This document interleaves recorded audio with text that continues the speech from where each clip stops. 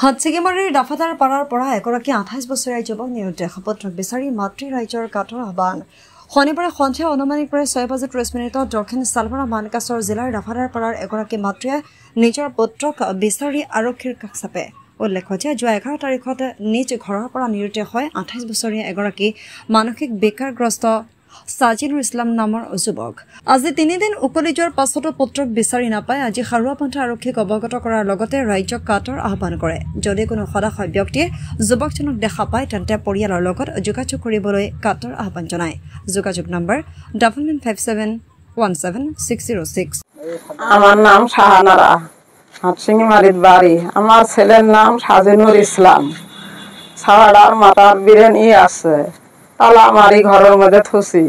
অতি ঠাই ছাওয়াড়া হারাইছে 3 দিন হয় বিশদ 12 রাত 4 রতি উড়ি দেহি ছাওয়াড়া নাই ধুবরির মধ্যে দুটো ছেলে বলে দেখছে যদি আপনারা থানা জানানি দেওয়া হয়েছে যদি আপনারা দয়া করে পান তাহলে আমার ছেলেটা থানার মধ্যে জানাবেন এই নাম্বার আমার ছেলেটাকে আমাকে দিও মাথার কোনো সমস্যা আছে নাকি মাথার সমস্যা আছে বয়স কত হবে আপনার বেটা